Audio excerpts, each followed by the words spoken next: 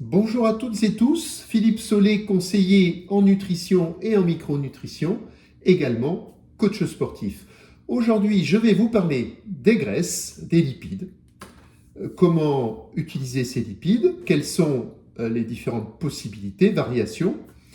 Dans la mesure du possible, on achètera des huiles sous forme de bouteilles en verre. C'est préférable, le plastique peut migrer dans l'huile et ça peut mimer des œstrogènes, donc c'est pas forcément très bon pour la santé. Évitez le plastique au niveau en tout au moins pour les huiles.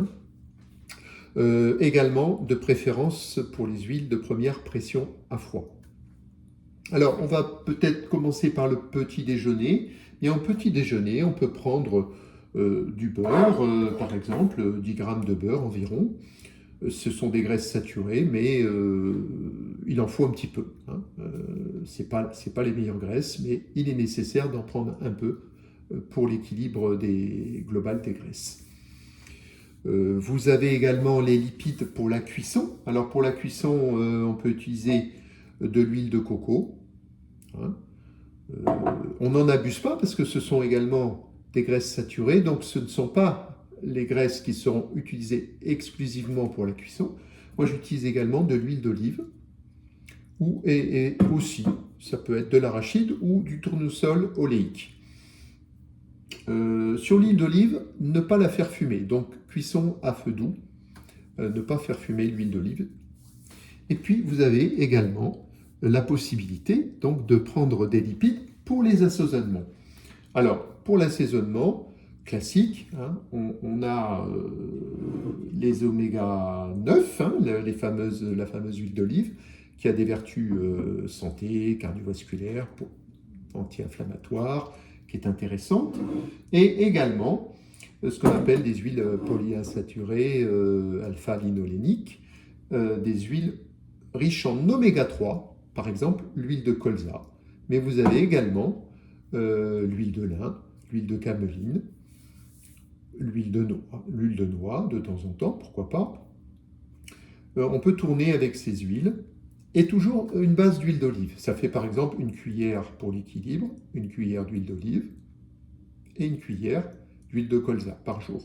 Cuillère à soupe de chacune. Ça peut être déjà un bon début pour justement avoir des graisses qui sont importantes pour le cerveau, pour le cœur, pour les articulations, pour l'organisme globalement. Et ne jamais supprimer les graisses, toujours garder un minimum de graisses. Elles sont absolument nécessaires à la santé. On vous parle beaucoup des oméga 3. Eh bien, sachez que vous avez des graisses oméga 3 dans l'huile de colza, l'huile de cameline, l'huile de lin, les noix également. Vous pouvez aussi prendre des oléagineux. D'ailleurs, je vous ai sorti des amandes qui sont très intéressantes pour la santé également.